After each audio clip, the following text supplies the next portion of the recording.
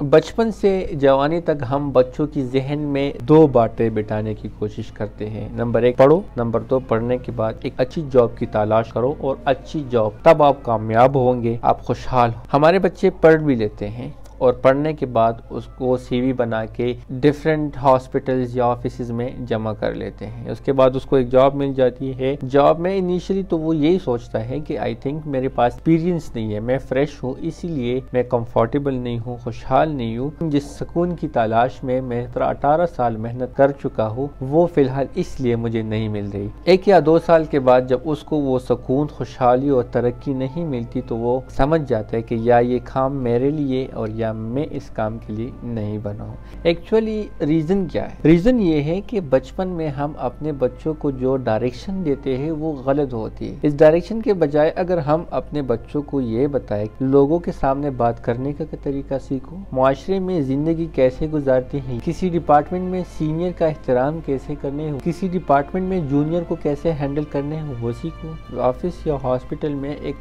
Client से या patient से कैसी बात करनी है, अपने मुल्क का नाम कैसे रोशन करना है, अपनी कौम को पैगाम कैसे देना है, अपने कौम को इस मुश्किल की घड़ी से कैसे निकालनी है ये सीखो।